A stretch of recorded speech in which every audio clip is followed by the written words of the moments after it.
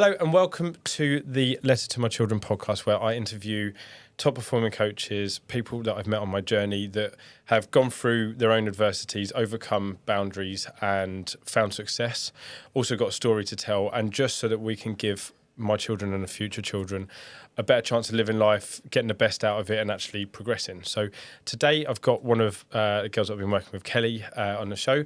She has had an incredible journey. She's also just done a photo shoot with me this morning, so hopefully she's still buzzing from that.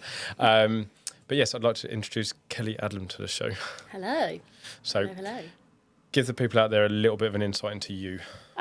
So I am an online ladies-only health and fitness coach. I work with ladies who have struggled endlessly with like slimming groups, and you know they're at a completely loose end. But for me personally, like I've been on a very, very wild journey, shall we say, from my early 20s. I know that that's something that we'll touch on anyway. So tell us more about it. Tell us about this wild journey. Wild journey. So. I couldn't. I don't really know where to start. Like I just I could never. Start. You know, when I was younger, I don't know. Like there was something. There was.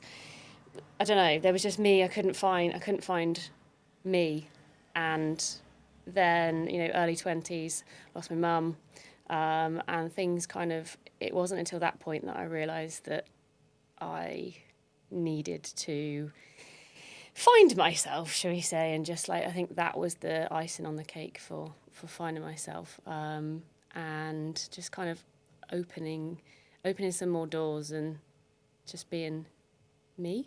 Mm-hmm.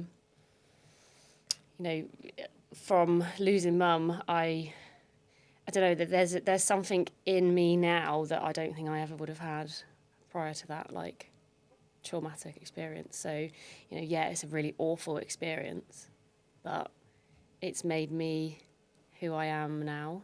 And for that, I'm like very grateful. Yeah. So you're trying to find yourself.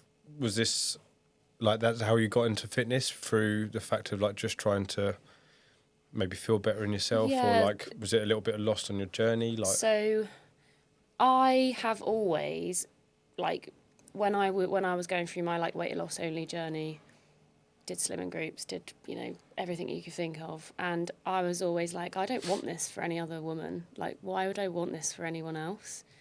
So that's what made me want to start coaching, be a coach, and just kind of know that other women had me who had been in their position where they felt like they had nothing. No support, no help, no guidance, to actually somebody that gave a shit and really cared about them, and it was endless. And that's what I bring now to coaching.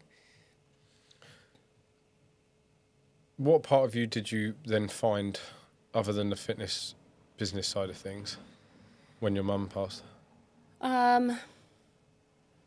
That's really like tough question. It's not something like I dig in, like I never dig into that, but I think I found like a very strong, mentally resilient woman inside me.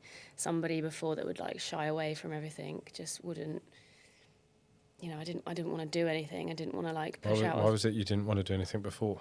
Just, I don't know. I was always scared. I felt unsafe, and I know we've spoken about that loads. I just had this kind of feeling that I wasn't safe all the time, so I couldn't push comfort zones. I couldn't push out of anything. And then, obviously, becoming a coach, working with you, like business mentorship, etc. That's when I've just kind of, everything's exploded from there.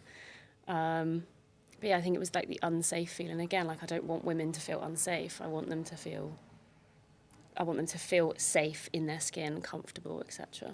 Yeah, and obviously that has a massive knock-on effect of the external stuff of like career, family, and I suppose, is there a level of you that's trying to give to people what you've unfortunately lost, in the fact of having that that person that you can turn to? And like it's almost like you have something ripped away from you that means everything.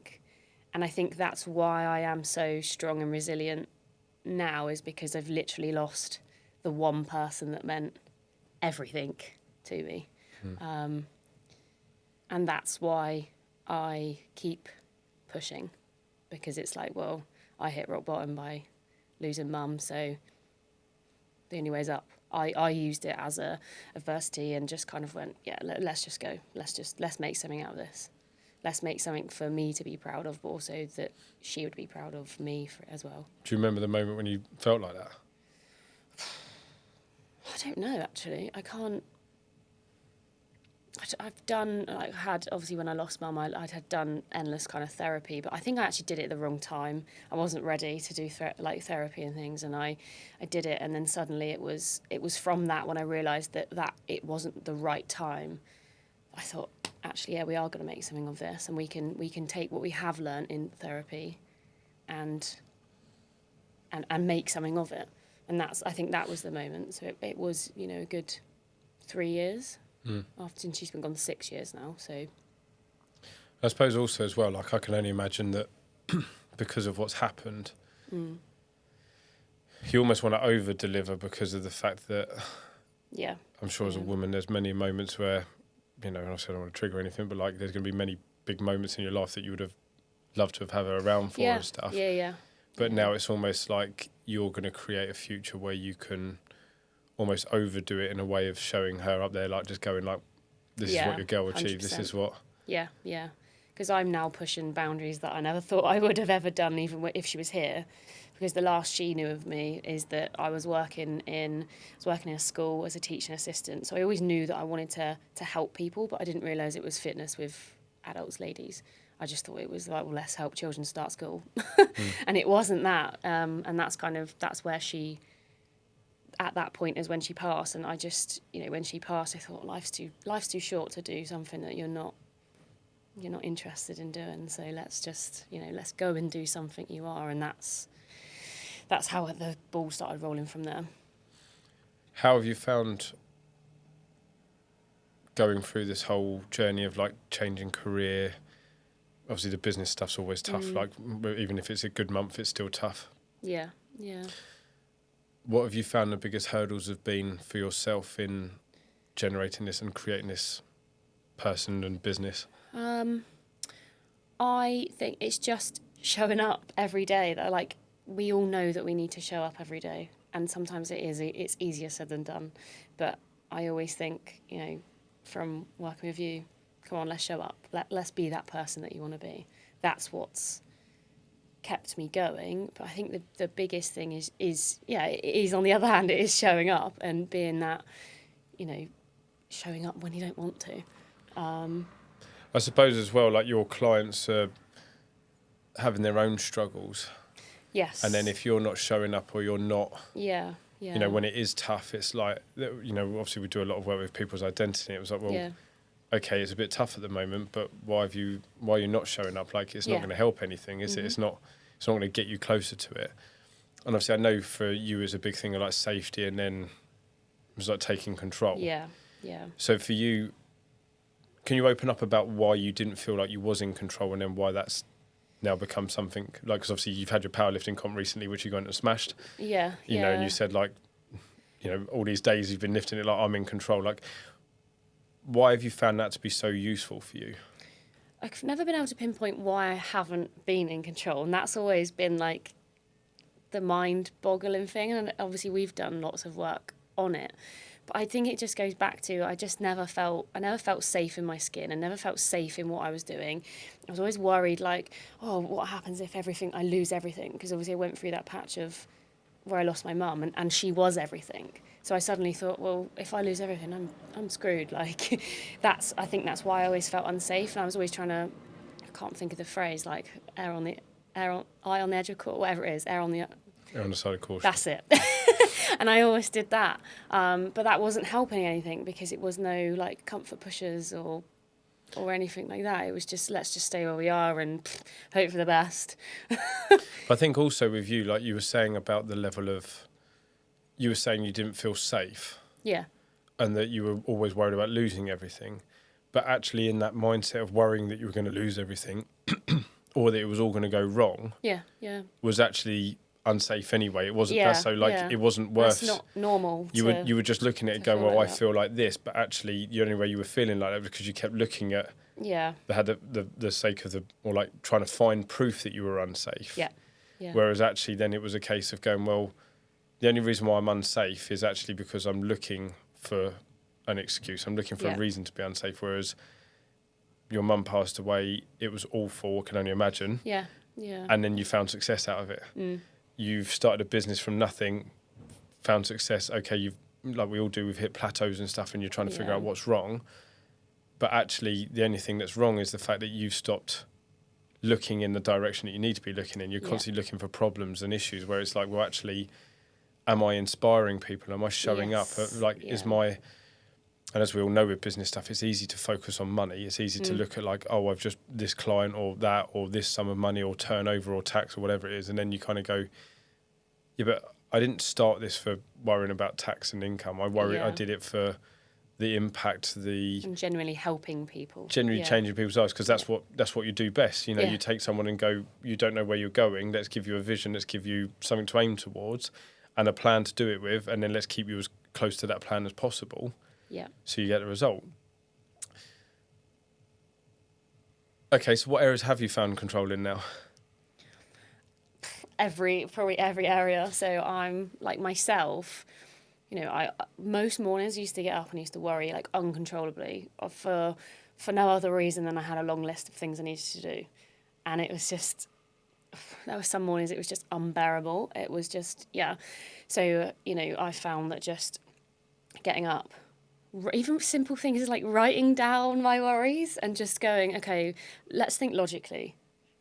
Don't worry about like the emotional side of it, which is what you'd always said to me. Like, you're thinking emotionally, think logically about what you need to do. Your list of things isn't, you know, you have time to do it. And I think that was always the issue, is that I never felt like I had time to do everything. And I don't know why, because I'd be awake at like 5 a.m. and suddenly it was like, oh, I've got all this stuff I need to do today. What am I you actually... You messaged me at 10 a.m. going, I've done it all. I've done it. Well, what are you fucking worried about? I think it's also like when you get anxious about that, it over-evaluates like the amount that you've got to get done, and it undervalues the amount of time, like the capability that you have to do it with. Yeah.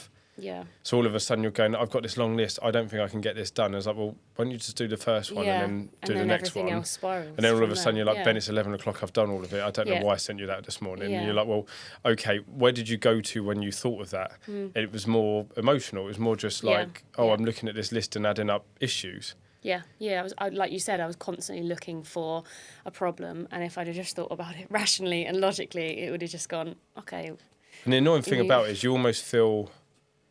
You kind of feel a bit stupid when you do it, because you're just like, this is so straightforward. But also when you're in that frame of mind where you're... And I think one of the hardest things with this type of stuff is you actually don't realise that you're in that mindset. Yeah. It wasn't until you told me you're thinking emotionally and not logically that I suddenly went, oh yeah. Like, why have I always done that before? Why has it always been emotions? But I think that's just human nature, isn't it? Like, we always go... it's a sink or swim, isn't it? It's a safety thing. Do I need to run? Just let's go for emotions. And now I'm like, okay, what are we actually worried about? Like, what is it? And sometimes, like I said, when I write my worries down, they don't seem half as big as what's in here and what's in your head. And that's what helps to, you know, writing them down. But I think the other thing is like lifting.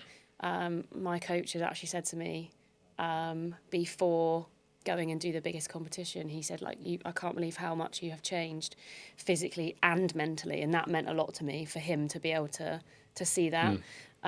It's like just the way I attack my sessions now, and even the competition I've just done, it was just, okay, let's think logically. We don't need the emotional side of it. And it's like you said with the sink or swim, powerlifting is very much like that, because you have 3 attempts each lift. But you have 3 attempts. Things good can happen. And out on the competition, I got all 9 lifts. So it was like, well, do you know what I mean? It's like, I was thinking logically. And again, my coach had said to me, he was like, that's the calmest I've ever seen you. Legit, ever. I was like, oh, wow. And it was nice to get that compliment. I suppose when you get it externally, then you realise it's working. Yes. Whereas, like, you might know, okay, I'm in myself, I'm feeling like that. When people are noticing it. It was even like in the photo shoot earlier, like you come into it and you were like, okay, this has been a while. Like, Kelly's done an underwear shoot today. Like, the first time you've done anything like that in a little while. I'm not rubbing any wounds. Like, fuck, it's been a while.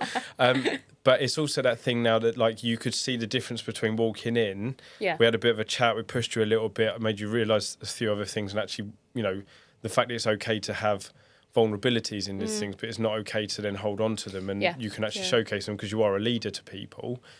How many other people are holding on to those same things? But actually, the fact that you were holding on to this person that you weren't enjoying being was actually not helping. Yeah. Yeah. And then the second you let go of it, it was like, oh, hang on.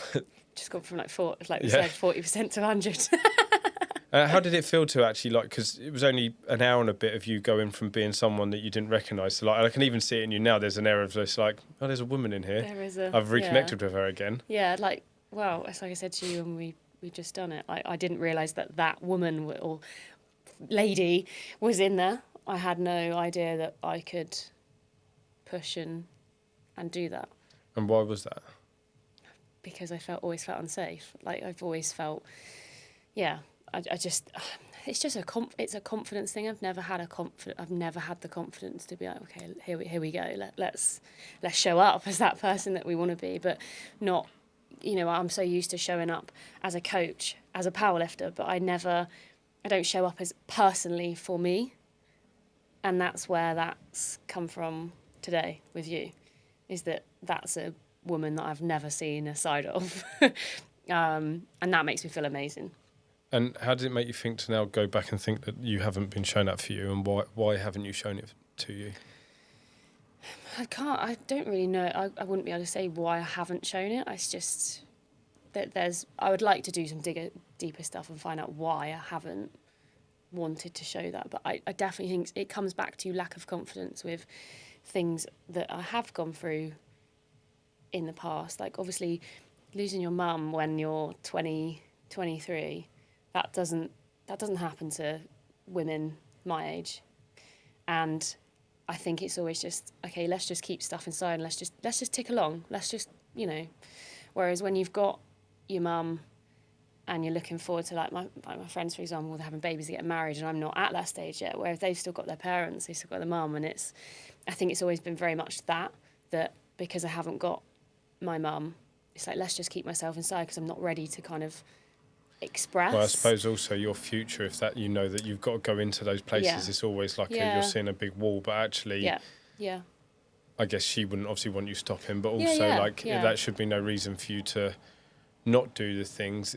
Obviously, it's going to be hard because you know, as a female, you want your mum to be there on those special days, but also she still wants you to do them regardless. Yeah, 100%. And I suppose also as well, the question would be, have you not shown yourself that side because it's easier to deal with everyone else's problems than yourself? Yeah, because I'm always the one that's like giving advice and I'll never take my own advice. And I know there's a lot of us out there that's always, we can give, but we can't accept, or we can't, you know, take our own advice. Why do you think that is? Because I think we're just blind. I know that I'm blindsided by it. It's just, I think it's just difficult to try and. It's also easier to deal with everyone else's problems, not your own. Yeah, and because you don't want to admit that is a problem for you. That's how I feel anyway. Like I've always, no, it's fine. Let's go and get a coffee or something. We'll deal with it with a coffee. Or we'll deal with it by just going out, not like actually thinking about it. And obviously, since I'd been working with you, particularly when I went on my Bath trip and I took myself away for the couple of nights, and I was like, let's just get out of here onto paper, how I feel. That's when things were like, oh, okay, this is what we're doing. This is my why. This is who we're helping. This is, I can't think what else I wrote down, but there was just a lot of things in there, and it was like you said, once you get going, you will just go. So to give a little bit of context to that, we were talking away and I just said you haven't given yourself the own space to just really think. And from meeting you, there was a lot of like, there was instantly a lot of worry, and you know, that safety thing was quite a big thing. I remember the first thing you sent me, like after signing up, was like, Ben, I'm in Dubai. They haven't got my room key. I haven't got anywhere. I was like, okay, just go and sit somewhere, you'll be fine, it'll come back. And then all of a sudden, like 10 minutes later, it had been solved and they solved all of it. And there was constantly this thing of, there's a worry and a safety element, but then also I genuinely think a lot of that stems from the fact that if you don't know where you're taking yourself to or what your mission is, and if you're actually working on the things that you need to do, when those problems come up, you don't know how to handle that situation, and then those triggers come in of I'm feeling unsafe and not feeling in control and not feeling good enough or adequate enough to deal with the problem. Feeling unsafe is probably always the first emotion I'll go to. So it was, like I said, it wasn't until you and I had said what you had said to me, think rationally, think logically about it. And then that's when like the unsafe feeling kind of just has dispersed. Like, of course, there's going to be times where I'm thrown in a new situation and I'm like, oh God, I feel a bit uncomfortable. But it's more uncomfortable than feeling unsafe now. It's not like a big red flag. It's just a little bit of a yellow warning. Like, okay, this is a bit of a trigger. And that's starting to come down anyway. It's gone from like yellow to amber and, you know, filtering through. Fading into white now. Yeah. And so you went to Bath and you just had like just took yourself away from everything, had a massive brain dump of just, had a bit of you time. I think you went to the spa and chilled out a little bit. Yeah. How did you, when you came back from that experience of giving yourself the time to just get stuff off your chest, get stuff off your mind, think with clarity? Yeah. What was the difference afterwards? Because is this when you had your big month, the month afterwards? Yeah, it was. I think it was just, I store so much in my head, but it wasn't until you broke it down into me and said, just get it onto paper. Because you gave me 4 topics, didn't you? And I can't remember what the 4 topics were, but... And I think I actually adapted one of them and I did my own as well. But I basically got everything out of my head onto paper, did it logically, and I remember at the end I screwed up that piece of paper. I didn't keep it because I didn't want to keep it, because I was like, I've got it out now, I've got it out of here onto paper, and that's what I wanted to do. Reread it through, we're done, let's screw it up, time to go. And that's I think what pushed me, and realising that actually there's a big thing inside of me to... And what was that big thing?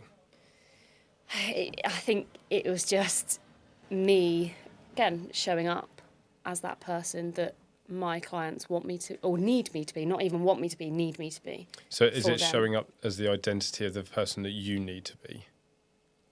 Yes. Yeah. Showing up as... I can't think how to put it, like showing up for me, but also showing up as the person that I always wanted to be when I was going through weight loss. When you needed it. Yeah, when I needed it. Yeah, being that person. And now I found her, and now I can show up for those people that, you know, I have clients that they are like second me's in every shape or form. I chat with them and I'm like, I've been here, like I get you. And now I can show up for them as that person that I once wish I had. Yeah. And that led on to you having a... Yeah. So can we talk about the challenge? Massive. I obviously, when I met you, like I know you're around a lot of other driven people, like you wanted to be successful, you never want to be in that room and feel like you're the one that's going backwards when everyone else is moving forwards, and especially when you don't feel safe, all you're seeing is everyone else winning, and if you don't feel like it. So we changed the narrative a little bit. I'd like you to tell the story instead of me saying it, because I think obviously it was a special thing for you to go through. So I was in a position whereby, like Ben just said, you know, I was around lots of incredible... They were all female. I was around lots of incredible female coaches, all doing amazing things. And I kept thinking, like, why am I not in that position? Why am I not there? And things actually took a bit of a spiral backwards. So I was in one place, and then I dropped, income-wise, really quite far back, and I suddenly thought, shit, I'm in a position of how I'm actually going to live, how I'm actually going to, like, build, you know, keep clients going, build business, da-da-da. And then it wasn't until Ben and I had a chat, and Ben had set me a challenge, and I always remember this challenge because I thought, oh, fucking hell. How? So Ben had set me a challenge to sign up 10 new women. It wasn't quite a month, was it? It wasn't sign up 10 new women. What was it? It was, change 10 women's lives. And it wasn't quite a month. I think it was something like 27 days or something ridiculous like that. I was like, okay. But I remember saying to Ben to start with, are you sure? Like, are you sure? Like, I've only ever done 8. I think I had signed up 8 people before I was thinking about, you know, the whole changing lives. He was like, this is where we're going to have to push. This is where we're going to have to change the narrative. 10 lives changed. Okay, right, yeah, I'm ready. Let's do it. So I kind of thought at the time, like, how am I going to get more people to see me? How am I going to get more people to see my page? And I started working with a lady who has, you know, fairly big Instagram account. And I said, I want to help you because you match exactly the kind of person I work with. And we started working together. From there, it was a knock-on effect. It was spiraling. It was just, you know, I can't remember how many ladies it was in the end. I think it was actually 23 lives that I had changed in 27 days. And obviously that was a big impact. So from one lady that I wanted to collaborate and help, then was this spiral effect of I'm going to help 23 more. And from there, it's just gone. And the challenge was only 10. The challenge was 10 in 27 days. Ben also challenged me to go and buy because I said I really wanted to buy an iMac. I went out and did that because I knew that I needed to be equipped to be able to like go and sort that out. And yeah, 23 new women, and it hasn't stopped. It's still spiraling. Still like, so for August, I closed my coaching doors just because I wanted to focus on the women that I am with now and give them the best possible service, because I couldn't do any more than where I am now, because it's still me. But equally, like, this is where the other spiral effect has come from, is that I actually have taken on like a second coach, and I'm about to take on a third one as well. So it's just been this really big knock-on effect since May. So 3 months. I still remember a couple of days in, you're going, I haven't got anyone yet, and then all of a sudden... It was the last day, and I remember posting it in the WhatsApp group. And I was like, I fucking done it. It was literally got this voice note go, bang, bang, bang. 4 in a row, and I've done it. And it was that last day, and yeah. And then Ben had set me another one. Okay, we're going to do, I think it was another, I want to say it was 13, but I did it again, and it was like 15, and then that's how... Yeah, it's just been this big spiral effect. But the biggest learning point for me was, don't think about money. Like, for me, coaching has never been about income, money, anything like that. It's never, ever been that. I've always wanted to build a business, work on my own terms, but ultimately, I want to help change lives. That's what I want to do. That's the underlying principle, is change people's lives. And if somebody comes to me and says, you've changed my life, job well done. That's what you set out to do. Yeah. Exactly. Yeah. Pretty big roller coaster from, was it, we met in April? Yeah, in Dubai. Yeah. Literally 1 month with you, and it's like, bing! So, describe to me Kelly prior to the Identity Unlock. You've done a photo shoot today, you've learned a lot about yourself, you've seen yourself as a different woman, hopefully also seen some chances for some other growth in other areas, which are only going to impact your authority as being the woman that can do whatever she wants to do. What's the 3 biggest differences in you? Confidence. Not just self-confidence, but like body as well. Obviously, when I was in the shoot, I was still a bit, you know, self-conscious, etc. But then, I don't know, something just when we had that chat towards the end, I was like, just let myself go. Like, what is you?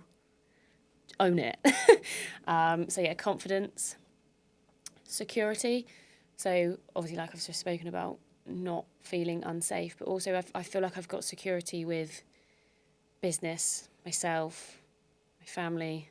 I've bought a house, like all these things. Like I wouldn't have done that before, because I always felt unsafe. That's why I have spent so much time like, no, we need to stay here. I've been living at home like for the last 6 years since I lost my mum, because that was my security, and I haven't wanted to go anywhere. So it's no, we've bought a house and we're going to do this. And I picture now that things are just going to go like explode even more. Third one, confidence, security. I think it's still resilience. Like, I've never stopped. I've never stopped showing up, but my degree of showing up has always been kind of different. There's been days where I have given it like 110%. There's days where I have only been able to give it 80% because other things have needed my attention, for example. But yeah, I would say they are the three: confidence, security, resilience. Amazing. So as you know, I always get a guest to answer me a question.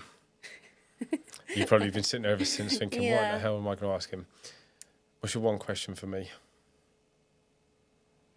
What was it for you that made you want to start changing lives? This actually came up 2 days ago. So we were part of the personal brand challenge we had was to write out the sentence that best describes you as quickly as possible. And I know the amount of people that I've met through my journey, and now, not that the income side of it, but they've now got profitable businesses that they're running and changing people's lives. There's couples that are now together that wouldn't have met unless I'd met them individually and put them in places like, someone to meet each other. There's also one girl there's a girl that I met who was struggling to fall pregnant. We were in a shoot, and she was just saying, I've been trying for months, nothing happened. And I know she was someone who stressed quite a lot and she got very overwhelmed with stuff. And I just said to her, you've been the mum that your child needs you to be. And she just literally went, no. And then 2 weeks later, texted me with a pregnancy stick. And I was like, wow. I didn't realise, okay, these words are meaningful. Like, they really do have something. And through my journey, I found out a lot about, obviously some of the words really have evoked a lot of change. Obviously, I'm a guy, I make mistakes. I've said some wrong things, in the order to try and find the right things. I realised for me that realistically, the money that I will make and the profit and the stuff that I can give my family will come from doing the right thing and something that I don't have to think about trying hard for. I don't have to try hard to do this. I can just do it repeatedly. Whereas when I worked in television and stuff, I had to try hard. I had to really want to go and put TVs on the wall. It was there's not one part of me that's this is amazing. Yeah. Sure, I'd look at some locations and think this is quite cool, but there was nothing about it. And I just remember getting to a point where I just said to myself, I'm so much more than a photographer. I'm so much more than a television engineer.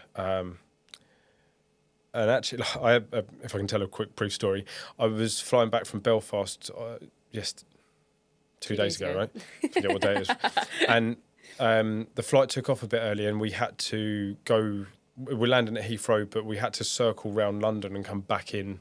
Instead of just flying straight into Heathrow, we had to loop round London. Yeah. And as we were flying, I literally looked out the window after looking at my phone. I looked down, I saw Heathrow beneath us. And I looked up and it's clear blue skies. Literally the sun was off the end of the wing. And I sat there and completely just stopped. And I had this moment going, I'm so fortunate. This is just part of my life that you can do those every things. week I'm literally flying somewhere. I'm doing something. I'm changing people's lives. All the girls that we were with on the trip, they're now evolving more. They've got more answers. We've built a better team, a community. And then we turned left and went over London and it was clear as anything. I could see every building. Yeah. I'm a football fan. I could see all the football grounds. I was looking out for them. And I suddenly started noticing all the places that I'd worked at in London, all the photo shoot places I'd been to, and thought about all the hours that I'd done to get to this place where I'm sitting in a plane, happen to be sitting in business class, looking out the window. And I know full well, because they'd all messaged me to say how much I've helped them and so on. And I'm sitting there going, there was a guy years ago that used to work in all these buildings on top of roofs, pissing rain, cold. I was overweight, unhappy, miserable. Now I get to fly around the world, meet amazing people and just help by being me. And I was literally people have no idea how fucking good that feels. And I just sat there and I was completely in my own little world. And then the air stewardess just tapped me on the shoulder for my drink and I was snapped out of it. She made me jump because I had my headphones on. And she was like, you were really gone then? And I was just it was one of those times because I've always tried to push to do more. Yeah, yeah. I've answered a lot of my problems, solved a lot of my problems by actually realising that I just needed to let this person out in me that could do all of this lot. Yeah. And for me, like, it was one of those moments I had to text one of them afterwards going, like, this happened. And she's like, you've no idea what impact you've had on my life. Like, literally, I wish I could tell you from my heart. Sometimes I still struggle with it because I don't want to cry again. Yeah. And, like, it's incredible to be able to do that and just know that you're going to go and have a different life. You know, there'll be other times and there'll also be situations in the future where someone's going to say, I'm struggling with something. And hopefully you'll just use one of the things that we've gone through and you'll go, I'll do that. And then that's going to have a knock-on effect. And I'm like, that's phenomenal. Sure. That's amazing. And I think it's just being able to understand that all of those adversities you've had are exactly what you need to be able to find this person. 100%. And you've got to utilise them in the right way. Yeah, I agree. So, I agree. My last question to you. Yes. Is anyone that was in your shoes, let's say prior to the whole mum thing and everything like that, is kind of like just, obviously it's a huge part of it, I'm not taking that away, I'm just saying like where you were lost in yourself, even with the business stuff, some people that will know you and will hear of this. Yeah. What advice would you give to them? What 2 or 3 bits of advice would you give to them to get themselves to a place where you're in control? I was going to say, you need to be in control. That's my go-to, you know, now that's my go-to saying is that I am in control. But I think my biggest piece of advice is just, no matter when it is hard, it's always going to be hard, no matter what journey you're on, whether it's weight loss, business, powerlifting like me, like it is always going to be hard. You're never going to have plain sailing anything. But it's about being resilient, showing up when it is hard. You know, your version of consistency will look different every day. Like there's not going to be this full cup all the time, but as long as you've got something there, it doesn't need to be 100% all the time. That I think that's the biggest thing I've learned is that I always felt like I had to be push all the time, like this 100%.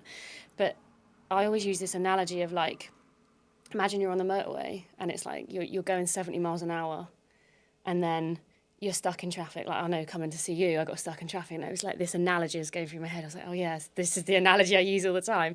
But on a motorway, you're going 70 miles an hour and then suddenly there's traffic, you need to pull back and you go 40 miles an hour. You're still moving, you're still getting to your destination. It might just be a bit slower and that's okay because you're still moving. It's not okay when you go 0. That's what you don't want. You need to keep pushing. So it's like, for me, it is resilience. It's showing up, being consistent, even when you really don't want to be. But that consistency will look different every single day. Can I ask you one last question? Go for it. Right. Obviously, I know that you said you've been through therapy with your mum and everything that happened. Yeah. I know that you've worked on other bits to try and learn more about yourself and unlock this stuff.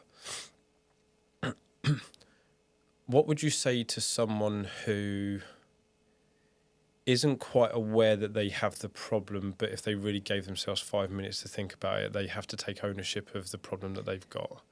Ooh. I'd say you need to, for me, I was always go. I never gave myself time to think about anything. You have to give yourself time to be able to just think, okay, there might be, you have to acknowledge that there is a problem. And I know that's the hardest bit, first of all, is acknowledging a problem. But for me, I acknowledged it, but then I also had to give myself time to acknowledge that. So like going to Bath, for example, that was my time to be like, okay, I know there's an issue here. I need to acknowledge it, but I couldn't do that at home because where I am at home it's my home, it's where I work, it's where I sleep, it's where I do everything. I needed to take myself away from that. Have 2 nights, just me. Or in my case, it was literally just a couple of hours brain dump and that's it. Screw the paper up and off we go. But you have to give yourself time. You can't expect things to just change without dedicating that time to yourself.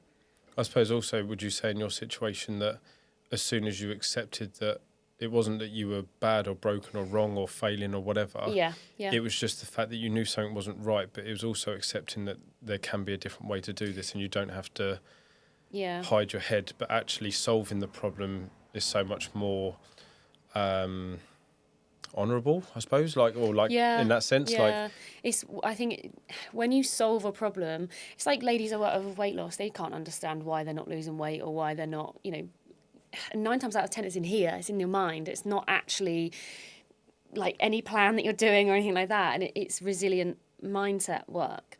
And with a lot of ladies that I work with, I said, just take the time, like be kind to yourself, take that time to honour what you're doing, whether that's like meal prep, for example, or, take some time just to chill out for you. But it comes down to time, definitely comes down to time. Amazing. Well, thank you very much for coming on and telling your story. My pleasure. It's been good fun.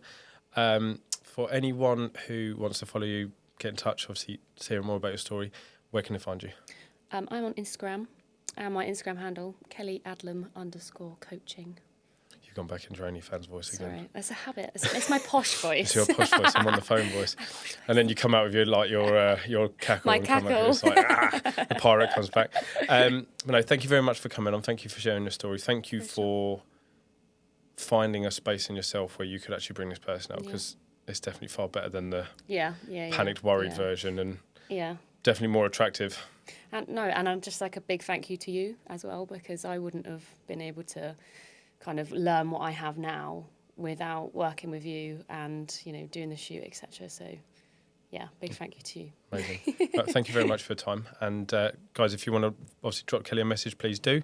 Obviously, we'll be sharing more content. So obviously, if you aren't already, follow us on Spotify. Obviously on Instagram, you'll see my link below, benmark_identity unlock. And I look forward to seeing you in the next one.